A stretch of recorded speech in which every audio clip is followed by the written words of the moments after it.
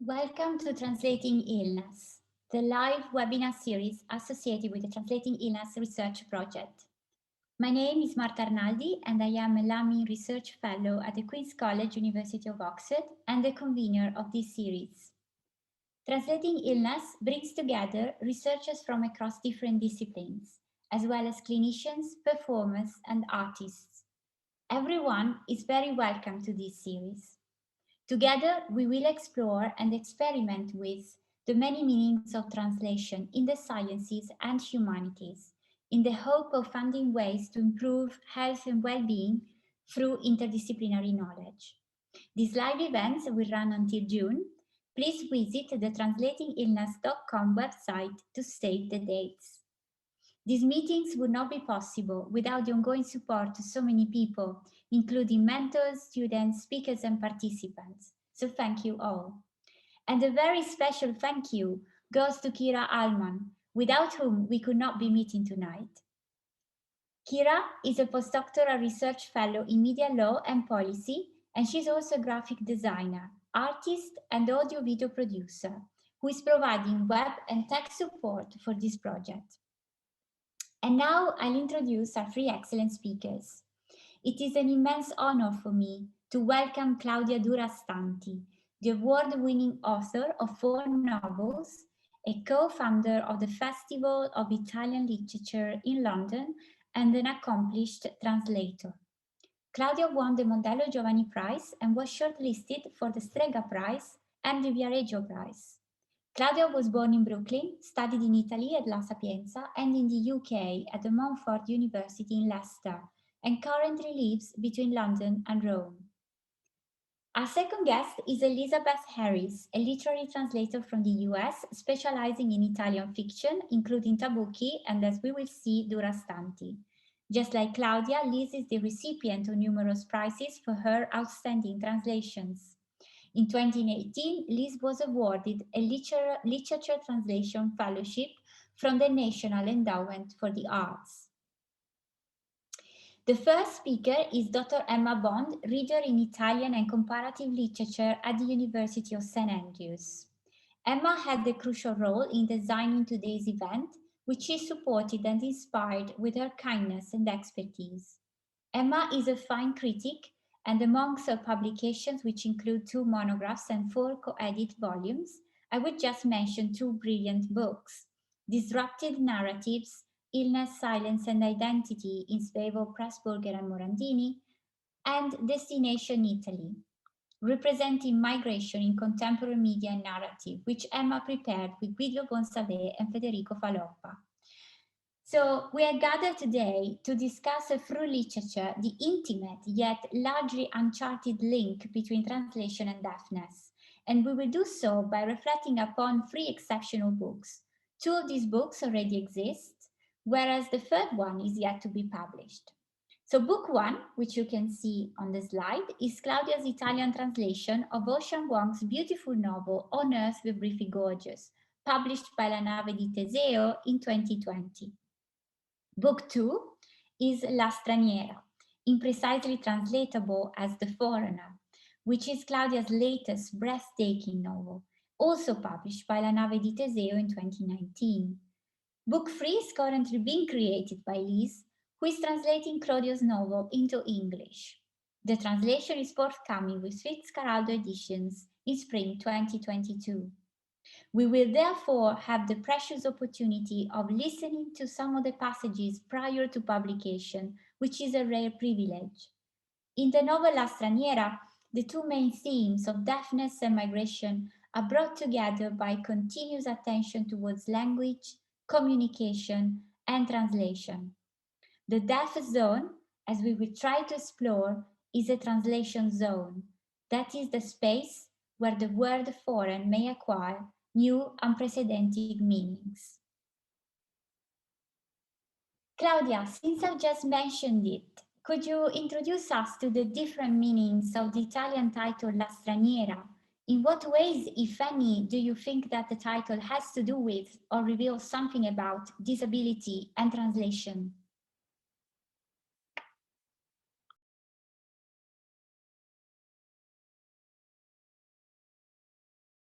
with this book also meant in some cases that I had a better cultural understanding of deafness compared to my mother, who was living deafness.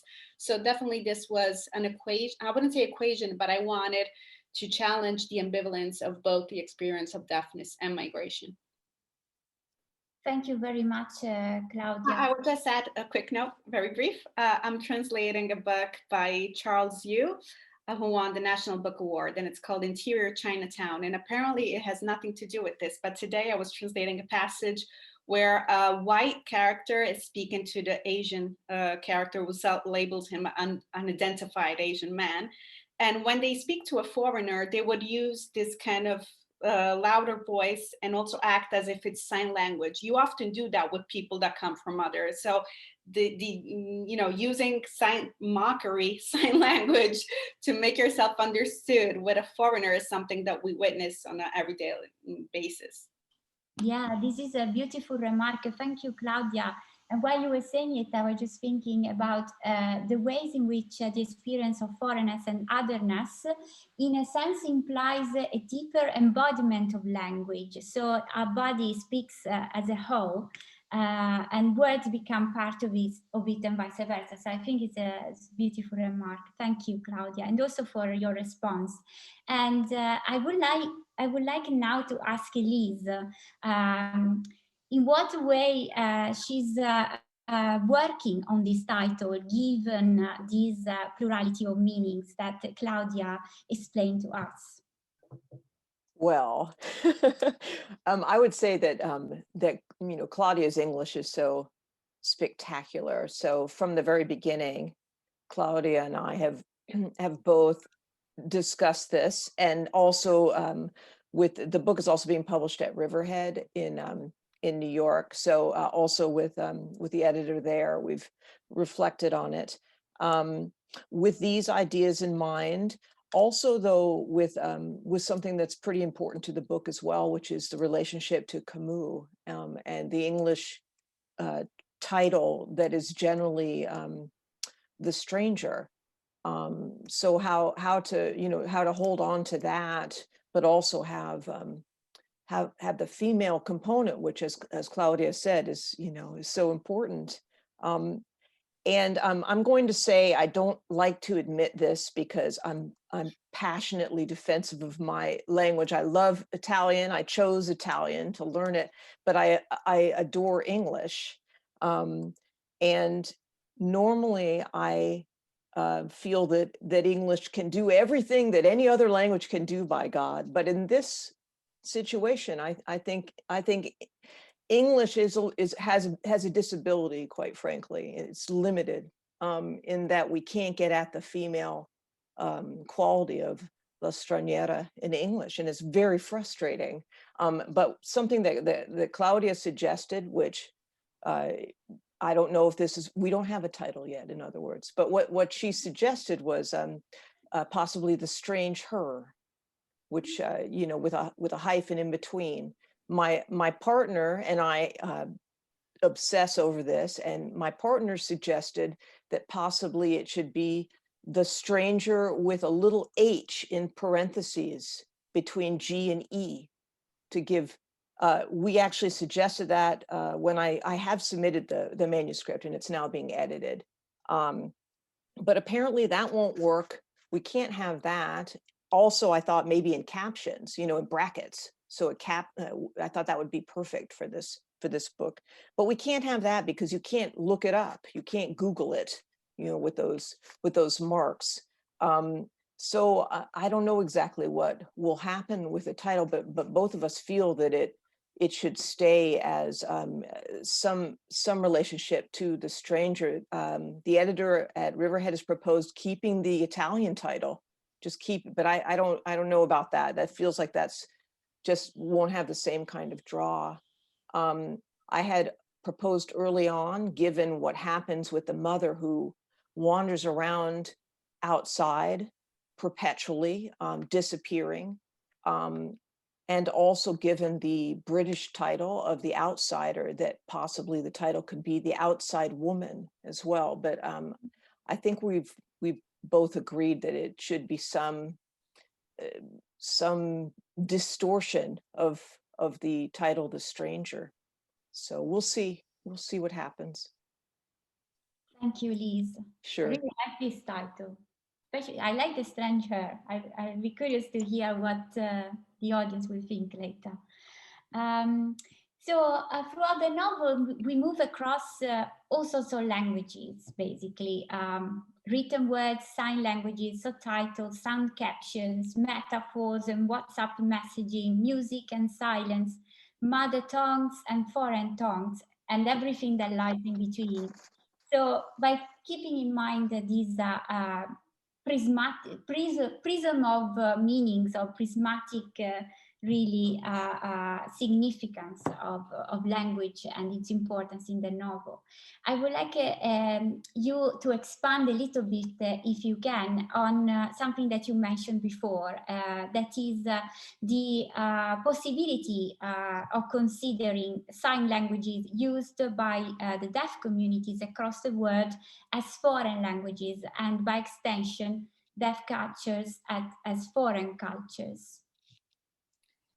Yes, so first I must say that when I moved to Italy as a little girl, we had a sort of family rule, me and my brother, that we had to move away from the strangeness of the way my parents spoke, of the broken language of my grandparents who spoke dialect and that never really fully learned Italian or English. So we had a sort of rule that we had to speak at the best and write at the best of our abilities. So we opted for this very standard formal Italian that was clean, pristine, and didn't have no nuances of dialect. So it would hit, good marks in school, but maybe would make you less able in social context when you're hanging out with friends, because the more you have an understanding of nuances or level of language, the more you are able, if we are speaking about disability in a way. And in a way, I think my mother perpetually chose by refusing to use sign language with hearing people, or sticking to her weird, I would say, multifaceted language, not to abide by this correctness. And she would be very unpolite even in the use of language. So I wanted to move away from that the further I can. I became a writer, I became a translator, and somehow I truly believed on the surface that my style and the way I wrote and the way I worked had to stick to this idea that the more I was clean, the more I would be understood. And this was a huge loss, I must say. And I had people that were encouraging this loss, not only editors, but also people constantly asking me, do you feel more attached to the Italian or English in you? But I had this whole alien and foreign and uncovered language. I call my family, I say that we used to speak in the black market of language. And so that's when I did this kind of operation of a recovering. And I realized that my style was highly influenced by my mother's syntax.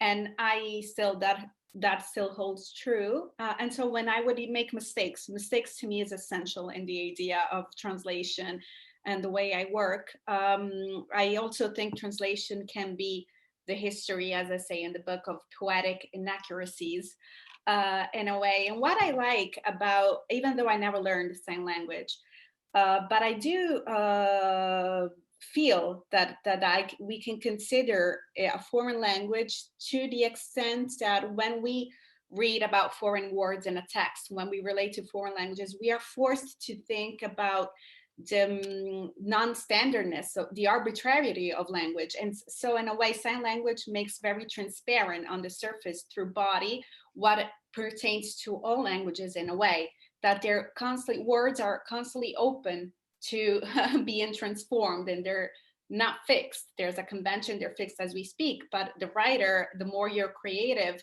the more you try to challenge this being, fixed of words.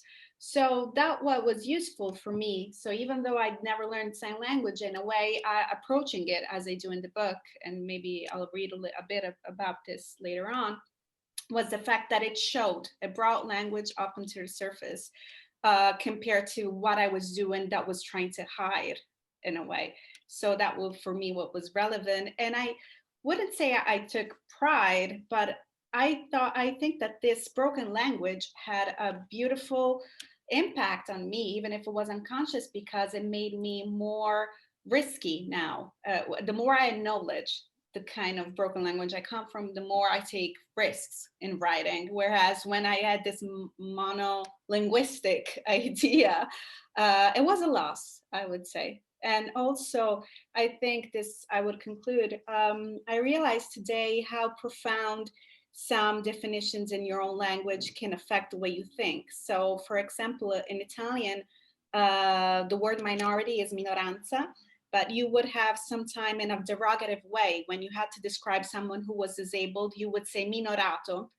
And so it has the same roots. In a way, it was this equation between being in a minority, and my mother and I belonged to different kind of minorities, where there was gender minority, class minority, disability, and so on.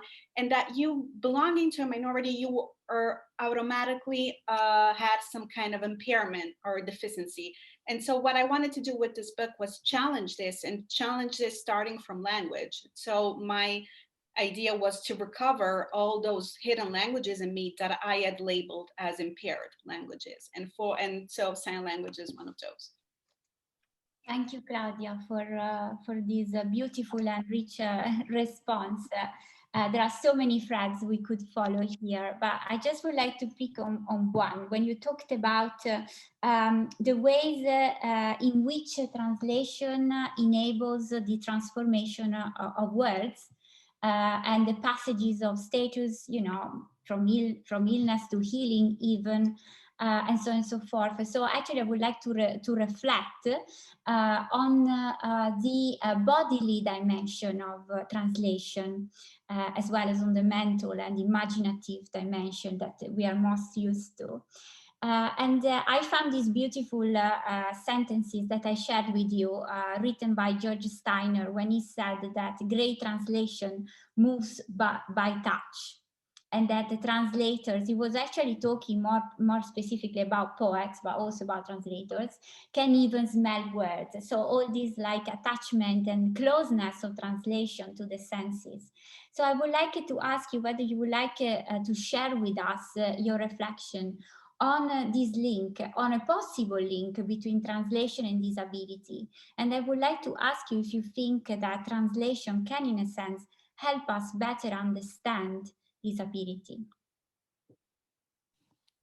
Yes, I became, as I learned more and more about deafness disability, and I started to think, to be reflective of my own practice.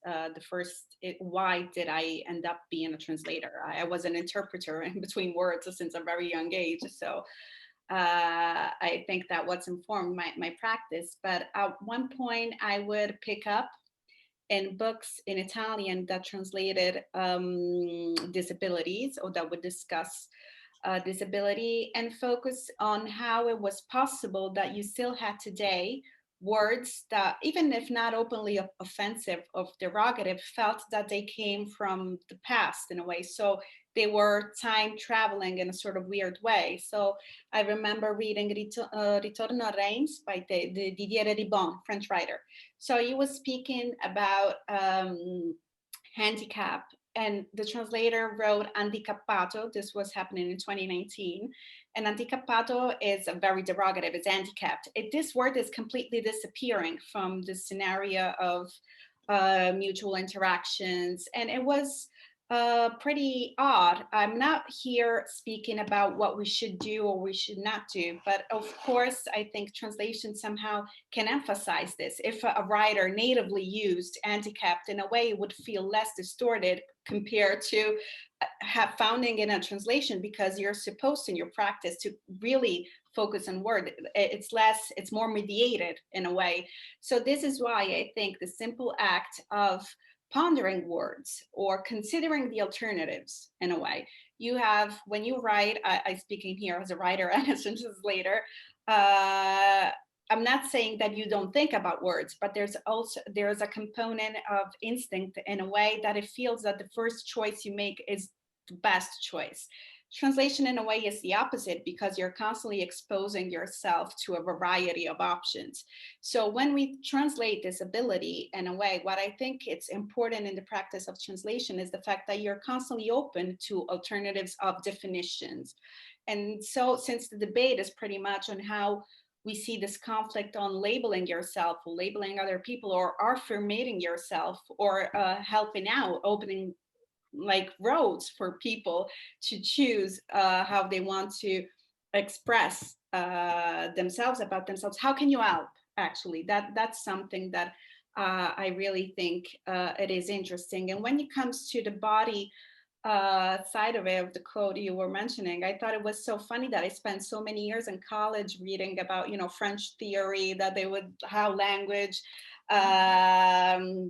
embodied language, there were constantly metaphors about the body and language.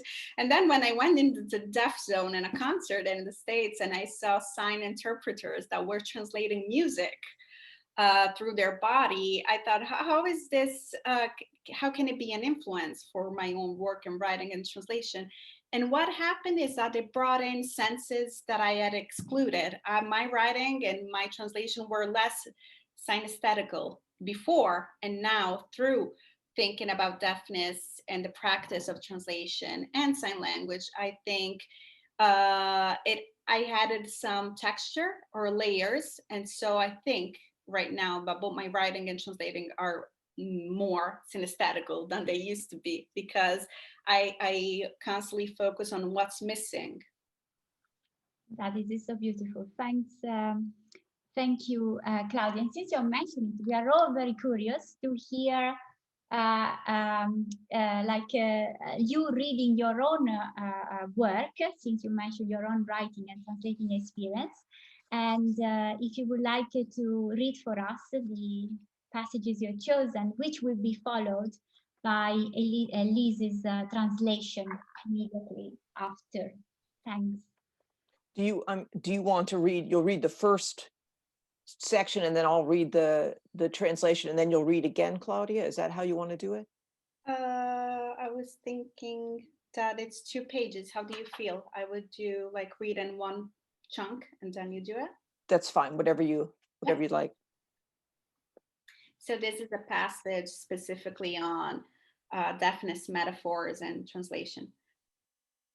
Ho sempre pensato che la sordità fosse un ostacolo per il loro pieno apprezzamento del linguaggio figurativo. Da bambina credevo pacatamente che ci fosse una lacuna cognitiva nei miei genitori che avrei fatto del mio meglio per colmare, barattando e interpretando le parole per loro. Ma stando ad alcuni studi, non ci sono differenze di comprensione significative tra adolescenti sordi e adolescenti udenti quando si imbattono in una metafora in un romanzo. L'ironia è leggermente diversa. Pare che gli adolescenti sordi diventino sempre più capaci di capirla quando crescono, quando diventano consapevoli di un tono che infetta le persone attorno a loro. Ma l'ironia è una figura che arriva con una perdita di innocenza per tutti, che sentano o meno. La prima volta che mia madre ha capito una battuta ironica aveva 55 anni e io e mio fratello l'abbiamo fissata a lungo, stupefatti. È stata un'emozione nuova, piena di gratitudine. Il cammino dentro una metafora può essere più lento, tortuoso e imprevedibile per un lettore sordo, ma questo è vero per tante persone.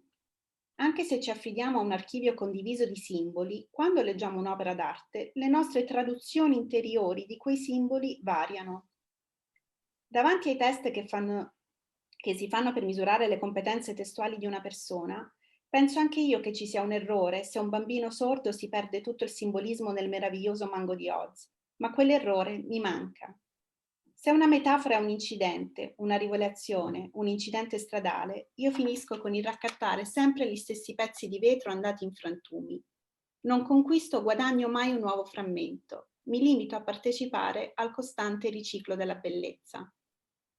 Non so se i miei genitori fossero fieri di disubbidire alla grammatica, se fossero solo troppo pigri per sviluppare buone doti di alfabetizzazione, o se semplicemente si fidassero troppo dei loro sensi e preferissero demistificare un codice al quale non appartenevano comunque. Ma penso spesso a loro quando traduco romanzi da una lingua all'altra. Non sono più spaventata dalla mia tentazione o inclinazione verso gli errori.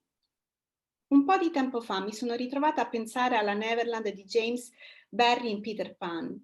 In italiano Neverland è stato tradotto con l'isola che non c'è, ma a dire il vero una traduzione letterale dell'inglese sarebbe stata meglio. Mentre l'isola che non c'è allude a un territorio che è impossibile trovare e forse non esiste, il letterale Mai Terra contiene un rifiuto, un desiderio di tagliare qualsiasi legame con il mondo tradizionale ed è più vicino alle intenzioni dei bambini perduti di Peter Pan.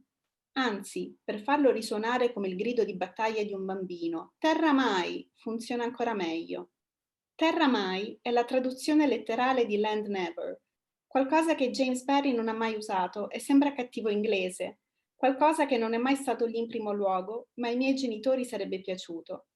Credo che questo errore sia più fedele a quello che direbbe un bambino, sia capace di restituire un senso gioioso di fuga e riscrivendo la storia nella mia testa con una nuova parola, imito i loro atti quotidiani di sfida linguistica. La traduzione è anche la storia di una poetica inaccuratezza. In questo gioco i miei genitori mi battono sempre.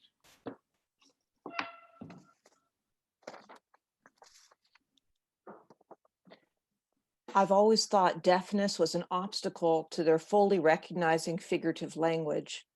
As a girl, without reflecting on it, I believed a gap existed in my parents' knowledge and that I could work my hardest to fill this gap by interpreting and swapping out words for them. According to some studies, though, there are no real differences between deaf and hearing teenagers when it comes to understanding a metaphor they might find in a novel. Irony is a bit different. Apparently, deaf teenagers understand irony more as they develop, as they grow increasingly aware of a tone that infects the people around them. But irony is a figure of speech that arrives with a loss of innocence for all, hearing or otherwise. The first time my mother understood an ironic joke, she was 55, and my brother and I just stared at her, amazed and incredibly grateful. For a deaf reader, the journey inside a metaphor can be slower, more winding and unpredictable, but this is true for many of us. While we rely on a shared archive of symbols when we read a work of art, our internal translations of those symbols vary.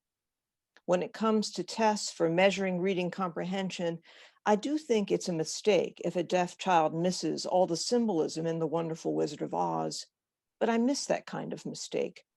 If a metaphor is an accident, a revelation, a car accident, I'm always left picking up the same shattered bits of glass. I never capture, never obtain a new splinter. I just stick to my part in the constant recycling of beauty. I don't know if my parents were proud of not following the rules to proper grammar, or were just too lazy to develop their skills in literacy, or simply put too much trust in their senses and preferred demystifying a code that didn't pertain to them anyway. But I often think of them when I'm translating novels from one language to another. I'm no longer worried that I'm drawn to errors, that I have a soft spot for them. Not too long ago, I found myself thinking about James N. Barrie's Neverland in Peter Pan. In Italian, Neverland has been translated as L'isola che non c'è, the island that's not there. But honestly, a literal translation of the English would be better. While L'isola che non c'è suggests a territory that's impossible to find or even non-existent, the literal Mai Terra is a refusal, the longing to cut all ties to the traditional world, and is closer to the lost boy's intentions. No, as a children's resounding battle cry, Terra Mai works even better. Terra Mai is the literal translation of land never, something James N. Barrie never used, which is just bad English, not something that was ever there to begin with, but my parents would like it. I think this error is more faithful to what a child would say. It restores a joyous sense of escape. And as I rewrite the story in my head to include this word, I'm imitating my parents' daily acts of linguistic defiance. Translation is also a story of poetic imprecision. In this game, my parents always win. Thank you so much, both of you, for sharing this beauty. And I don't know whether, Liz, would you like to comment on this translation? Any challenges? Any? Sure. Let me just say that that in translating this, what I've done is what I do actually with all of the books that I translate is that I trust the writers, great abilities and what they're doing with their prose. And with Claudia, I had the added gift that what she told me is that she is in some ways estranged from Italian because of her American English language as her blueprint language, as she's told me, and also because of her background, and that the English translation should also in some ways reflect this somewhat broken quality that's there in the Italian. And I had mentioned in our exchanges and emails, and perhaps this is a time to say it, that that the distortions of syntax was something that Claudia pointed out to me. And it's there in the novel. It's a line in the novel. It's something that she holds on to from her mother. It's one of the last things, possibly the last thing that she holds on to in language, of her mother. So in translating her book, I trusted what I saw and what I heard and felt, right, and sensed, and especially those passages that that incorporated a sort of a twist in syntax, I held on to. And I'm gonna, if you don't mind, I'm just gonna read one very quickly that's there in the English. I won't read the Italian, but I'm sure that any, a native English speaker will hear it. This is the end of the paragraph, and I'm gonna read the twisted sentence that holds on to what's there in the Italian. So here's the end of a paragraph. Sometimes when she took the bus and the driver asked if she was from Peru or Romania, she'd nod and provide no other explanation, almost flattered by this mistake. And this is the sentence. Along with her hearing, my mother lost other things. At boarding school, a friend, in the water, which is, I believe, following almost exactly what's there in the Italian. And I can say now, because 2 editors have looked at it, that it's been corrected 2 times by editors and normalized, put into more standard English. And each time I've insisted, no, that this is like very much a part of the fabric of the novel. And any writer, I think, who really knows how to write pushes on style, and that's something for the translator to recognize and to push into the English. But Claudia, as she said, it's really, her experiences with her parents, with the deaf community has pushed her style, that much further. And so it's been my job to make sure that the English of this novel is not normal. I hope that it's beautiful, but it has to be, and when I say normal, I mean in quotes normal, that it has to be pushed into something new, that is related to the idea of difference, of estrangement. That's all I'll say. Thank you, Elizabeth. I Sure. think I will now pass on to Emma. Emma, would you like to take to go on with your questions? Thank you, Marta. Can you hear me okay? Perfect. Claudia and Liz, to both of you, really, I'm very interested in this idea of acts of linguistic defiance that we've been talking about, and I think you've both spoken really powerfully to how that functions in the novel in relating these kind of experiences of speaking and translating across languages. But I was quite struck by what both of you have said at different points. Claudia, you mentioned that you've had kind of battles with editors, perhaps trying to correct risks or mistakes that you want in your writing, right? and Liz, there's this ongoing discussion around the title and perhaps you wanting to make it a bit more edgy, a bit more creative than publishers are happy with. Could you both speak to the spaces that there are within your own publishing experiences for this kind of risk taking, for these kind of linguistic acts of defiance to take space? Yes, I would say that one of the underlying themes in the book, before I mentioned this idea of ability, and I was thought that I would be, in quotes, the idea of being able as long as I conformed to standard language. And to me, it was very interesting that I always believed somehow that while I was using prose and verse, that I was, working on my fiction, that it would be unbound territory where I could explore. But then I realized that even Italian fiction compared to, I wouldn't say that is inherently more experimental than English fiction, but certainly it is more closer ties with poetry, is more lyrical traditionally. But then I realized when I started publishing that there was a certain barrier in a way, there was a certain extent to which you could go, and it still had to be in the realm of, I wouldn't say being understandable, but I would introduce also this idea of pleasure. And I don't believe personally, aesthetically, that you cannot enjoy a text if you don't are always helped out, or if there's always a pleasant experience, which is increasingly what I experience, not only in my writing, but especially in the translations that I submit. So I'm very vocal about this because, and I'm worried about, maybe Liz would speak about this, because I'm translating from English into Italian. And so there's this idea that translating from a major language into a minor language, that you're not allowed, I wouldn't say to edit or to pervert the original text, but you're not even allowed to make creative errors, let's say. You're not allowed to explore this hidden, if the translation is not a relationship between A and B, but there's always, something that was even hidden for the author. And so sometimes as a translator, I feel like I'm recovering those hidden meanings, and I'm free to explore that. But this is maybe allowed in translation into Italian if you're doing text from South Korea or Spain even. But when it comes to English, everybody turns very sensitive. One, because everybody thinks they know English and they can easily go back to the source.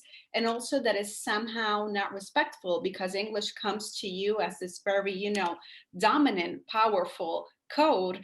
And so what I started to do is allow myself more and more freedom into this. So I had the chance to work on a beautiful text that was On Earth We're Briefly Gorgeous by Ocean Vuong, which, of course, he's a stylist. He has this beautiful melodic prose, but there's a constant tension because, like me, he was raised by a mother that didn't fully grasp English. And so there's always this language as a failed act in a way. And he was very familiar with this kind of humiliation you grow up with when adults around you are considered not able again to end a sentence, even bring words to their final destination. It's like they're always lost in mid-journey. But I think this idea of being lost in mid-journey is something that, as a translator, we all know what it means, because there's a struggle, and it makes it transparent, the fact that sometimes you don't know how to carry the sentence to this full to the end. And so translating that book, in a way, I could test all my theories, but in a very instinctive way, because it was already there. So it was a happy matching probably between two writers that had this idea that when language gets broken, a lot of possibilities come up. And I wish that in publishing, there was less this, Liz was saying normal before, I would say the verb normalizing. And we are witnessing this because it is a code that is there. And it has this idea that the more you are pleasant, the more you can get understood. Actually, I think that that's not necessarily the case. It's when you leave gaps that you leave freedom for the reader to fill in, to be more involved in the process, compared to something that is so smooth, is so flat, and it's just there, like, you know, pre-packaged and delivered. This is why I think Liz and I shared a closeness in the idea that not all the gaps should be filled in. Thank you very much. I mean, Liz, I couldn't agree more. So, I mean, we've just gone through responses to wonderful, you know, editing of the translation, and at times those movements toward normalizing are the ones that both of us have responded to as, we don't want to, this should not be smoothed out. That doesn't mean, though, for me that I think that I don't think in terms of power, that I don't think of, even though I should, that English is this dominant force. I'm not thinking about those things when I translate, though I certainly respect those positions, and I don't like that the United States is so obnoxiously powerful. I really don't. But I think that there's great beauty in English, and that it's actually very flexible, and that we should resist the idea of just sticking to what's there already, and that some of the great ways for American letters, I'm speaking very much in terms of American English, the great way for American letters to be infused with something new is through translation, and that what can happen is that the English can be pushed and pulled in directions, I think, from from all the languages that are brought into it, to make it incredibly vibrant. And so this is something that I very, very strongly believe in paying really close to Claudia's gorgeous Italian, and making it equally gorgeous in English, but not, I don't want it to just be literally what Claudia, that wouldn't work either. If I were to just take what she had and put it literally into English, I want it to be spectacular and to resonate off of, that sounds so arrogant of me. My hope is that it will be spectacular and resonate off of what's there in the Italian. thank you so much. Sure. I wanted just to ask Marta, if we've got a few more minutes, Claudia, a little bit about your work translating Ocean Vuong. Marta and I actually both read both books kind of in tandem with each other, and in many ways they're quite complementary texts. We've spoken a little bit about the mother and how the mother functions as a kind of conduit for a lot of this code switching and kind of language sharing in different ways. But in a lot of ways, it's also a book about communication failure, right? And about the need, and that could be also an emotional need to kind of translate for somebody else, or translate your experiences through somebody else. And it reminds me of what Liz was just saying now about these kind of hierarchies of power between language as well. And I wondered if you could just speak a little bit to that, Claudia, about this sense of there kind of being an inequality in voice, perhaps in that Vuong, and how you manage that kind of that sense of different layers of narrative, right, with different kind of power relations kind of sewn in. Yeah, we are right now in the midst of a strong debate on who gets to translate who. But this debate sometimes lacks the idea that the kind of novels or texts that are proposed to translators are different. Some require distance, and some require a philological approach that is more, it stands out more from studying, researching. I've done translations like that.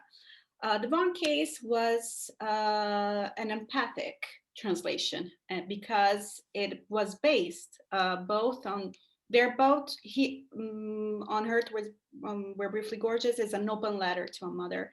mine is a letter in disguise. He uses the format of writing to his mom. And what really, I think it's fascinating that branches in different ways, if I can discuss the two texts in this way, is the fact that his mother is not reading English, which is the language that Wang chooses to write in. And I used Italian because I wanted my mom to understand me.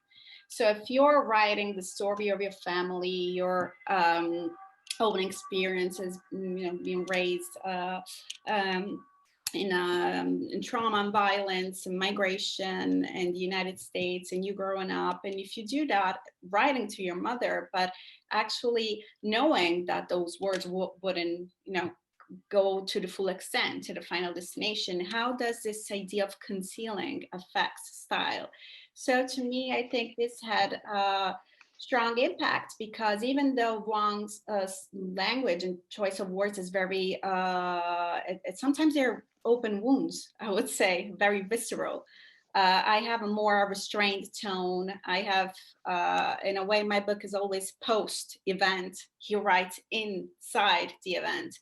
But how would this kind of revelation even being uninhibited in the choice of words, because he knew that the person he was addressing wouldn't read it, would clash with his concealing? And so that was an idea that really had an impact on how I approached the translation. And it was also haunting in a way, because it was mirroring for me. And when I was working, I was constantly thinking why I was not brave enough to do this, why I didn't have the audacity, why, if we had common experiences. And I felt there was something lacking in La Straniera, perhaps, but then I realized that the foundation was profoundly different, because to me, it was trying to bridge something in between me and my mother, and sometimes being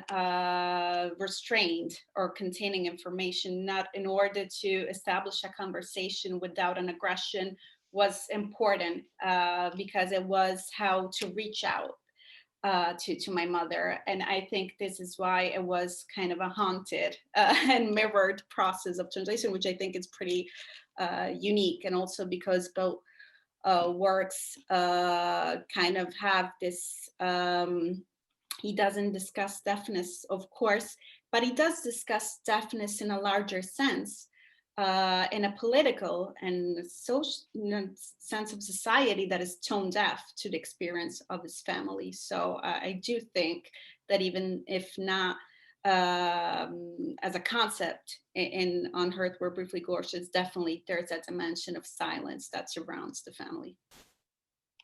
Thank you so much.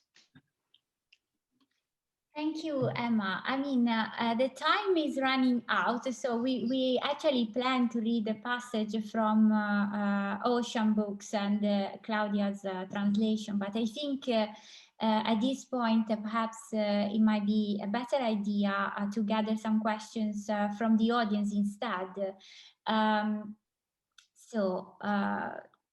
Feel free to just write your questions in the chat. There is a first question from Alia that mentioned the need to basically have like the presence of someone using sign language to translate this event for the deaf community and the deaf people. And I thank you, Alia, for this question, which is really authentic. And I actually thought about it before, of course, organizing this event, but then unfortunately it was not possible to have this service. And then confronted with this possibility of not having the event at all, or having it nonetheless, maybe I did a mistake, but I personally chosen to have it anyway, because I thought it was important. So I don't know whether some of the speakers would like to comment on this. I actually do. Thanks, Alia. This book has been translated into German recently. So it was published, a review on a newspaper, which did something that was very unfortunate. They would take a quote from my mother that would say, there's no love in between deaf people, there's only physicality or sexuality. And that's the opening of an article. It's a huge mess. I was kind of happy of the amount of reaction and conflict and by the deaf community that said, how is this sentence applying to the whole of us? So that's something that is very specific to the experience of my mother, which, as I tried to explain today, it was always ambivalent in acknowledging her disability and having some, and I think there was a lot of suffering in there, of course, in discarding this experience of disability.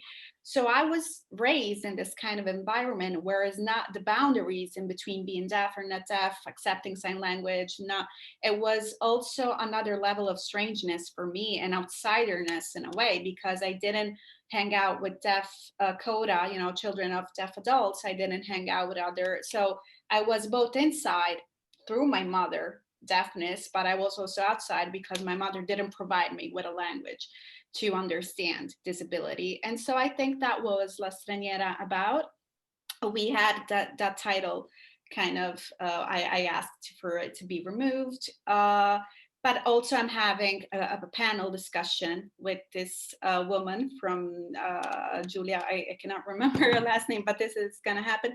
And the question is specifically what you're saying. How can you discuss disability if you're not bridging or you're doing that in the place of another? My answer is that this book is about a coming of age into a very specific language and community that is not always acknowledging it. And I think it would have been more helpful, even in a way, if I had a clear or streamlined code to understand it. And so this is the story of what the book is, but I also discuss the fact that La Straniera was, I didn't want it for it to be labeled as autobiography or a memoir, even because I was trying to meditate to which extent I could write about my mother's life if I'm not experienced what my mother is going through. So my mother, in a way, says that this is the fake book. She says that the true La Straniera is made by her diaries, her autobiography. So this is the kind of mock memoir. And of course, there's also an issue of power. Would my mother have access to publishing? Would my mother's diaries ever be published? And so I hold on to this. I live and I experience this on a very daily basis in a way. It's funny also how my mother became this literary character in a way that would be appealing in fiction, but if you met her in daily interaction, you would not acknowledge her because she's truly disabled and she's truly deaf. So I went to events, literary events that were absurd because readers were in love with the fictional version of my mother, but had this kind of hesitancy and even trying to be removed from her or remove even me from my disabled mother because the fictional version was so much appealing than the reality of disability. So thanks for your question. I don't know if I answered, but I was trying to kind of suggest a lot of issues that are personally for me around this, both as a daughter and both as a writer. Thank you. Yes, and then we have a quick question from Armin. Claudia, what is the title of your book in German, please? Die Fremde, which means, it's literally La Straniera and the stranger, because sometimes they use die Ausländerin, which is the foreigner, but they stick to the stranger. Thank you. Then we have like from Maddalena, I think it's more of a reflection, I read it. This is not the first time that literature or the writer is using their own experience based on living with a deaf person, which made a great impact on their life. André Assiman wrote about his deaf mother, also in the essay, Are You Listening? Conversations with My Deaf Mother. It would be considered autoethnography or memory studies. And my belief is it should be explored by hearing people in order to explore the deaf culture, just as people tend to explore any other culture. Don't know. I mean, I think Claudia already touched upon it. If you would like to add anything else. Yeah, what I'd like to add this episode, I went with this book everywhere in Italy, from north to the south, and I went to a school in Sicily. And so the teachers asked the girls in class to do a theater representation, like on stage of La Straniera. There was a deaf girl in class. And the teachers were kind of, they were embarrassed because all the hearing girls were participate in translating La Straniera on stage. They wanted my mother's character to be played by the deaf teenager. And she said, no, I have no interest at all. So I go to the school and everybody is kind of, oh, we are so sorry that our friend who really knows sign language doesn't want to play and pretend, make believe sign language on stage. And I thought that's what my mother would have done in high school. She couldn't have found anything more boring than being herself on stage and like pushed in the boundary of disability and even representing it. And so I thought that was an interesting episode on the way we have expectations of what should be done or not done in representing disability. I don't know if this adds anything, but I thought it was pretty liberating when I was there and seeing this kind of refusal to accept, the literality of disability. Thanks, Claudia. And we have another question from Sam, relating to what Elizabeth was saying about Anglocentrism and the obnoxiously powerful US. He said, I'd love to hear what you think about literary translation becoming a political instrument as it challenges the social pathologizing of issues surrounding language difference and communication difficulties, especially when these are so often used as markers of marginalization. I'm probably not the right translator to talk about the politics of translation. I'm afraid it's just not. I'm much more involved in just working with the book. Maybe Claudia, though, who is a translator, has some ideas about that.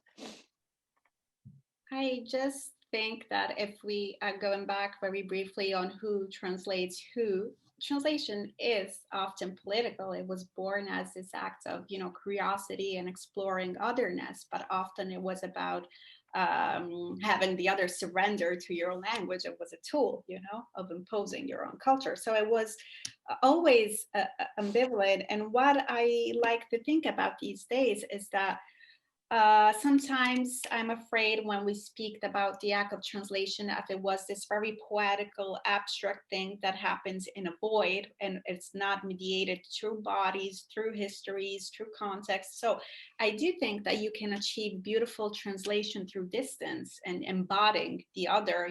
Translation is transition by its own self. But I also think that sometimes translations can be resonant, and I would say that the case with Ocean Wrong I was mentioning, it was a very specific case where my personal experience with gender, with language, with migration, with trauma, with family, everything that made me the woman I am today fully entered that translation. So I'm not saying that there's a rule. There are cases, there are different novels. You approach novels in a different way and texts in a different way. I don't know how many times in Italy I've been, I don't know, Liz, if this ever happened to you, but I'm constantly proposed to translate novels on the basis that I am a woman, on the basis that I have some sort of, finesse for being a woman. I never say, I'm not going to do that because you're a stereotype, you're using me as a stereotype or labeling me to my identity. I think that in a very playful and ambiguous and ambivalent way, I get the right sometimes to use this womanhood, and sometimes it doesn't interfere at all with the process. But are we all allowed to do this game of being, using identity or not using identity? So to me, it's a lot about access, the conversation that is happening right now. And so a lot of the things we discussed today really are about who gets to write about what and who translates who, and it is inherently related to access. The more we look for variated access to the practice of translation, the more it gets fun, I think, because then everybody gets to be ambivalent about identity or not. Thank you, Claudia. I think we are reaching the end, but before closing, I would like to ask Emma whether she has any more observations or questions to ask. I think that was such a beautiful line to leave it on, that variegated access leads to more fun. I think that's something I'd like to take away. Thank you so much. I just would like to thank immensely Claudia, Liz, and Emma for having taken us on this important journey within and outside the borders of otherness and normativity as expressed through literary language. Thank you also to all the members of the audience for their questions and presence. And we look forward to welcoming you again on the 31st of March, translating symbolism into precision medicine, which will be a discussion and a live performance with poet-scientist Vanashe Larijani and musician Vernon David. So thank you, everyone. Thanks. Well, thank you. Thanks. Bye. Thank you. Bye. Bye.